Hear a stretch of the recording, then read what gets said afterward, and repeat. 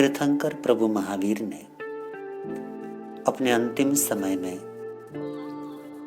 बहुत कम बोध कथाओं का उल्लेख किया। उन बोध कथाओं में से एक बहुत प्यारी प्रेरणादायी कथा है कपिल केवली की। आइए आज आपको कपिल केवली का चरित्र सुनाते हैं और उनके जीवन में जो परिवर्तन घटित हुआ उससे हम प्रेरणा प्राप्त करते हैं। कौशाम्बी नगरी का ब्राह्मण पुत्र था कपिल।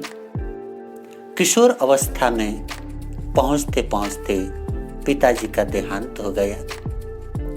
माता अकेली उसको पढ़ाने लिखाने और परवरिश करने में समर्थ नहीं थी। उस माँ ने कहा, पुत्र, श्रावस्ती नगरी में तुम्हारे पिताजी के मित्र पंडित इंद्रदत्त रहते हैं। मैं चाहती हूं तुम उनके पास चले जाओ और अपना परिचय दो।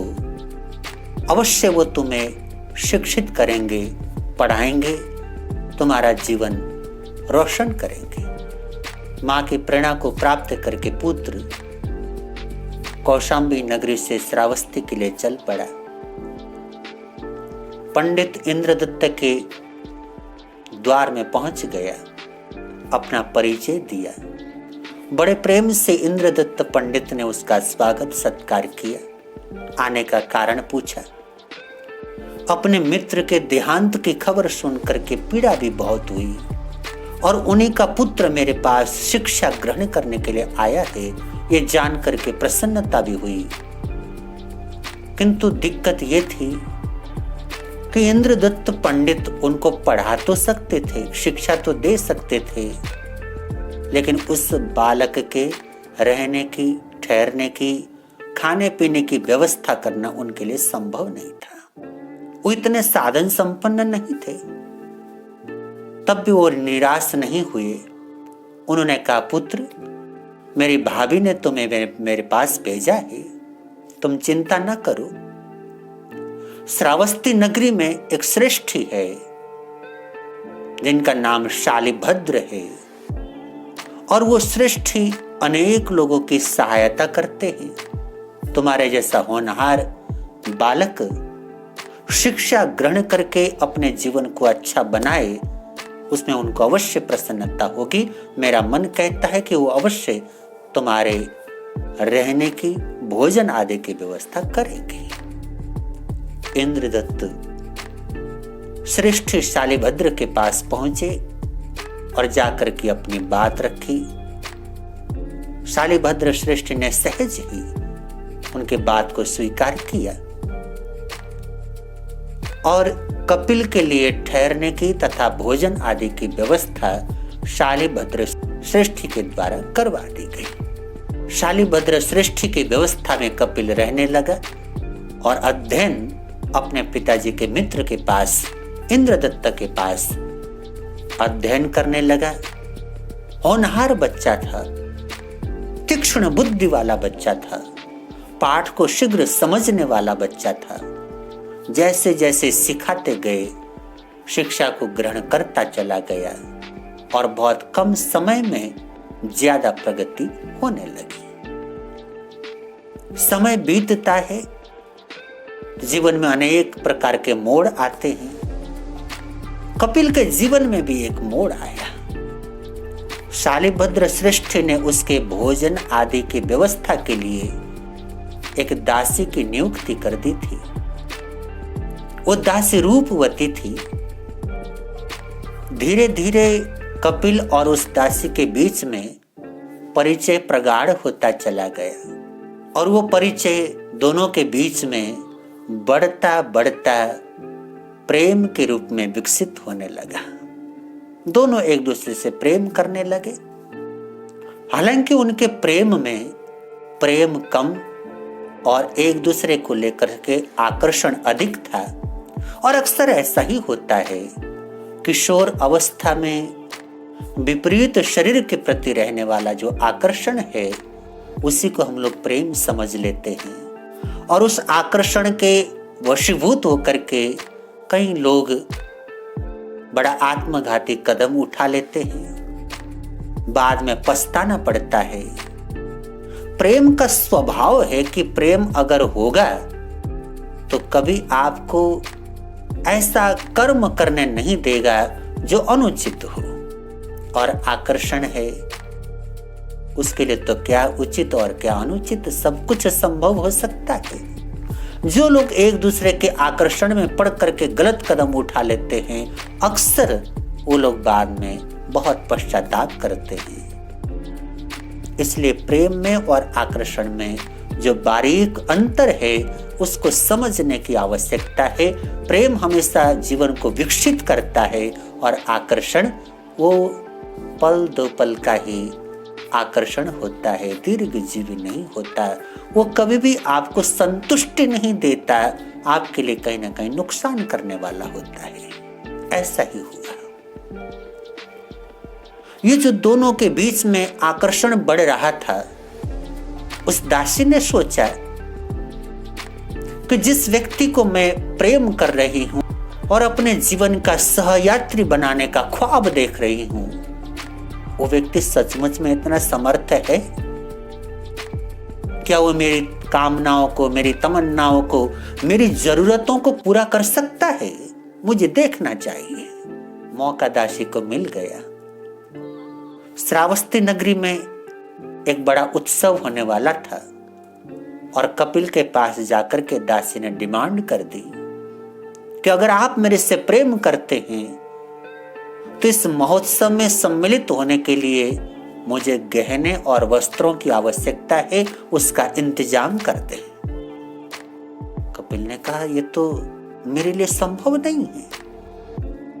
मैं स्वयं यहाँ पर शिक्षा ग्रहण करने के लिए भी दूसरे की कृपा पर निर्भर हूं। जो भोजन मुझे मिलता है वो मेरी कमाई का नहीं है, इस सेठ शालिभद्र की कृपा से मुझे मिल रहा है, और मैं तो इस समय अध्ययन ही कर रहा हूं। मेरी अपनी कमाई होती तब तो कुछ सोच भी सकता था। मेरे पास कमाने का कोई जरिया नहीं, कोई रास्ता नहीं, तो तुम्हारे लिए गहने और वस्त्र की व्यवस्था मैं कहां कर सकता हूं। दासी ने कहा, अगर चाहो तो कर सकते हो। बोले, कैसे? उसने कहा कि इस श्रावस्ती नगरी में एक धनी श्रेष्ठी हैं और उनको सुबह सुबह स्वस्ति वचन, मंगल वचन सुनने का बड़ा शौक है। जो भी कोई पंडित आदि उनके पास जाकर के सुबह सुबह बधाई देता है, स्वस्ति वचन सुनाता है, भगवान का नाम सुनाता है, उसको वो प्रसन्न होकर के 2 मासा सोने का उपहार दे देते हैं। तुम प्रतिदिन उनके पास जाओ, उनको मंगल वचन सुनाओ और 2 मासा सोना प्राप्त कर लो। कई दिनों तक जब ये क्रम कर लोगे तो 2-2 मासा करके पर्याप्त सोना एकत्रित हो जाएगा, गहने भी आ जाएंगे और वस्त्र भी आ जाएंगे। कपिल को प्रस्ताव अच्छा लगा। उसने कहा, जरूर ये काम तो मैं कर सकता हूं। और इधर इंद्रदत्त उपाध्याय वो देख रहे थे कि कपिल के जीवन में परिवर्तन आया है। अब अध्ययन में उसका मन नहीं लगता। जिस ढंग से पहले वो शिक्षा ग्रहण किया करता था, अब नहीं करता। उन्होंने बार बार पूछा, बेटा क्या बात है, तुम्हारा स्वास्थ्य ठीक है? बोले, बिल्कुल ठीक है। माँ की याद आती है? बोला, नहीं, ऐसी बात नहीं। कोई परेशानी है? बोला, कोई परेशानी नहीं। बोला, फिर पहले तुम्हारा मन अध्ययन में जिस ढंग से लगता था, आजकल नहीं लगता। पहले जैसे तुम पाठ को समझा करते थे, आजकल नहीं समझते। कहीं ना कहीं तो प्रॉब्लम है, कहीं ना कहीं तो समस्या है। समस्या क्या है? तो कपिल मुस्कुरा करके टाल देता। कभी हकीकत अपने अध्यापक के पास उसने बताया नहीं। और जब से दासी ने ये 2 मासा सोने का प्रस्ताव उसके सामने रख दिया, तब से तो हर समय उसके भीतर एक ही उधेड़-बुन लगी रहती थी कि कैसे दो मासा सोना एकत्रित करने का रास्ता बनाऊं। और एक दिन उसने हिम्मत कर लिया, सृष्टि का आता पता सारा ले लिया। लेने के बाद अगले दिन सुबह सुबह मैं जाकर के सृष्टि को स्वस्ति वचन सुनाऊंगा, 2 मासा स्वर्ण प्राप्त कर लूंगा, मेरा काम बन जाएगा। ऐसा सोच करके वो रात्रि में सोया क्या, आधी रात को नींद खुल गई और ऐसा लगा कि सुबह होने को है, कहीं कोई दूसरा व्यक्ति मेरे से पहले पहुंच जाए और 2 मासा सोना वो ले जाए, मैं फिर खाली हाथ न रह जाऊं। इस ख्याल से अर्धरात्रि में ही कपिल उस 2 मासा सोने को प्राप्त करने के लिए चल पड़ा। आधी रात का समय, सृष्टि के पास क्या पहुंचना था। बीच रास्ते में ही राजा के सैनिकों ने चोर समझ करके कपिल को पकड़ लिया। उसने खूब जी हजूरी करी, अपनी सफाई देने की कोशिश करी, किंतु सिपाही तो सिपाही, उन्होंने कहा उसकी बात सुननी थी, नहीं सुनी गई, पकड़ लिया गया। अगले दिन सुबह दरबार में राजा के सामने उसको उपस्थित किया और बताया गया कि ये चोर है और रात्रि को चोरी करने के लिए जाता था, तब हमने पकड़ा और इसको आज आपके सामने प्रस्तुत कर रहे हैं।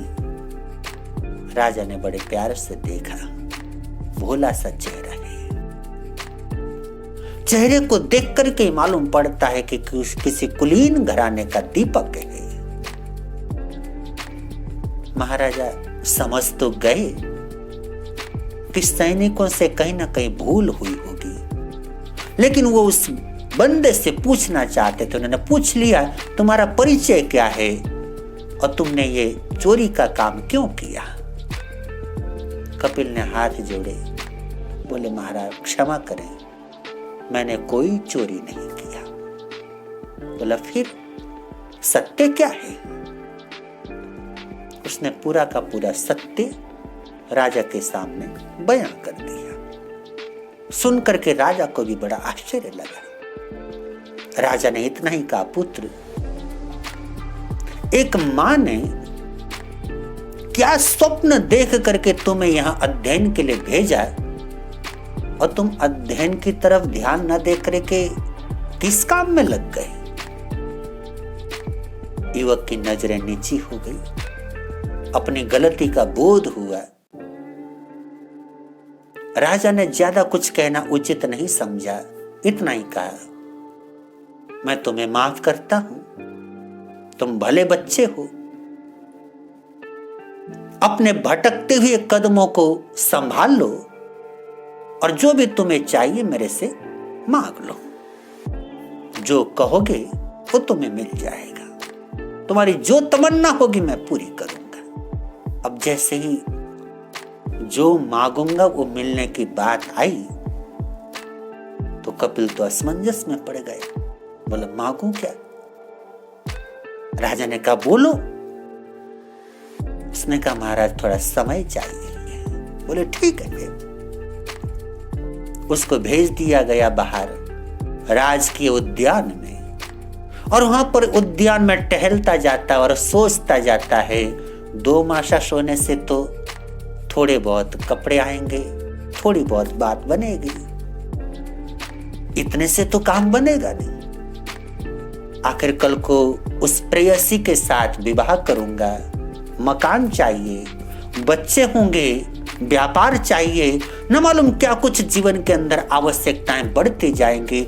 2 मासा से तो काम नहीं बनेगा, चलो 100 स्वर्ण मुद्राएं मांग लेता हूं। फिर मन बोला 100 स्वर्ण मुद्राओं से होगा क्या, तो एक ढंग का घर भी नहीं बन पाएगा, चलो 1000 स्वर्ण मुद्राएं मांग लेता। फिर मन का कोई कोना बोलता 1000 तो ऐसे ही खर्च हो जाएंगे, 1,00,000 स्वर्ण मुद्राएं मांग लेता हूं। 1,00,000 में भी वो बात नहीं बनेगी, करोड़ स्वर्ण मुद्राएं मांग लेता हूं। ऐसा करते करते करते उसका मन और अधिक स्वर्ण मुद्राओं को प्राप्त करने का ख्याल करता रहा। और केवल स्वर्ण मुद्राओं से ही संतुष्ट थोड़ी न हुआ। कपिल, उसका मन कहता है राजा देने को तैयार है, वचनबद्ध है। राजा ने बोला जो कहेगा वो दे दूंगा, तो क्या दिक्कत है? कितने ही स्वर्ण मुद्राएं हो, कोई चुरा सकता है, कोई लूट सकता है, खत्म हो सकते हैं। क्यों न मैं राजा का आधा राज्य मांग लूं? आधा राज्य मांग लूंगा, राजा बन जाऊंगा, आनंद ही आनंद रहेगा। जैसे ही आधा राज्य मांगने का ख्याल भीतर में आया, उसी समय राजा के सैनिक ने आकर के टोका, महानुभाव, महाराज आपको याद करते हैं। कपिल एकदम चौंका और चौंकने के बाद होश में आया, अरे मैं क्या सोचने लगा? मैं अपना घर, अपनी मां को छोड़ करके अध्ययन करने के लिए आया था। उस दासी के साथ प्रेम कर बैठा और उसके प्रेम के जाल में ऐसा उलझता चला गया कि आज करोड़ों स्वर्ण मुद्राओं से भी मुझे संतुष्टि नहीं मिल रही है। आधा राज्य प्राप्त करने का भाव, जिस राजा ने मुझे दंड देने की बजाय पुरस्कार देने का प्रस्ताव सामने रखा है, मेरे अध्ययन की अभिरुचि को देख करके पुनः अध्ययन के रास्ते पर मुझे बढ़ाने का प्रयास किया, उसी राजा का आधा राज्य। अपने आप को अच्छा नहीं लगा। ये मैं क्या सोच रहा था? ग्लानि हुई है। और उसी ग्लानि के भाव में धीरे धीरे राजा के पास पहुंचा। राजा ने पूछा, युवक बोलो, क्या तुम्हारी तमन्ना है? अब तो सोच लिया होगा। हाथ जोड़े और बोला, नहीं महाराज, मुझे कुछ नहीं चाहिए। मैं जगत के बंधन का मूल कारण समझ गया, अब मुझे कुछ नहीं चाहिए। बोले, क्या मतलब? उन्होंने कहा, महाराज, जहा लाहो ताहा लोहो, लहा लोहो पबड्ढे। जैसे जैसे लाभ होता है वैसे वैसे लोभ बढ़ जाता है। लाभ लोभ को बढ़ा देता है। राजा ने कहा, मैं समझा नहीं। उसने सारी की सारी मन की कल्पनाएं महाराज के सामने प्रस्तुत कर दी कि आपने मुझे पुरस्कार देने की बात कही और मेरे मन में ऐसे ऐसे आपके आधा राज्य तक को लेने का भाव आया। मैं समझ गया, इस तृष्णा का कहीं कोई अंत नहीं है, इस लोभ का कहीं कोई अंत नहीं है। और इस तृष्णा के रास्ते पर, लोभ के रास्ते पर मैं जितना मर्जी आगे जाऊं, अंत में मुझे भय और पराजय ही मिलेगा। इसलिए मैंने उस तृष्णा के जड़ को ही खत्म कर दिया। अब मुझे कुछ भी नहीं चाहिए। अब मैं अपने जीवन को ज्ञान के रास्ते पर, साधना के रास्ते पर, परमात्मा की भक्ति के रास्ते पर लगा करके अपना भी कल्याण करूंगा, दूसरों का भी कल्याण करूंगा। जैसे उस युवक के वचन सुने, राजा ने हाथ जोड़े, तुम धन्य हो, तुम्हारा भाव धन्य है। और वही कपिल युवक सन्यासी बन गया, साधना के रास्ते पर चल पड़ा। साधना करते करते केवल ज्ञान, ब्रह्म ज्ञान को उपलब्ध कर लिया। और ब्रह्म ज्ञान को उपलब्ध करने के बाद अपने मार्मिक सद उपदेशों से उसने डाकुओं और चोरों तक का जीवन बदल डाला। इस साधना का चमत्कार है। जीवन में अगर आप मन की कल्पनाओं के पीछे भागेंगे तो पराजय निश्चित है। और अगर आप मन को अपने वश में रख करके जीना सीख जाएंगे, कल्पनाओं को अपने अंकुश में रखना सीख जाएंगे, तो कपिल की तरह आप भी कल्याण का रास्ता तय कर पाएंगे। निर्णय आपका है, चयन आपका है। मन के अनुसार चलना है या मन को अपने अनुसार चलाना है। निर्णय करें और सही निर्णय करें और सही निर्णय करके अपने जीवन को सफल बनाएं। इतने प्रेम से मेरे शब्दों को सुना उसके लिए कृतज्ञ हूँ। आप सबके भीतर में विराजमान पवित्र परमात्मा को मेरे कोटि कोटि नमन। जय गुरुदेव।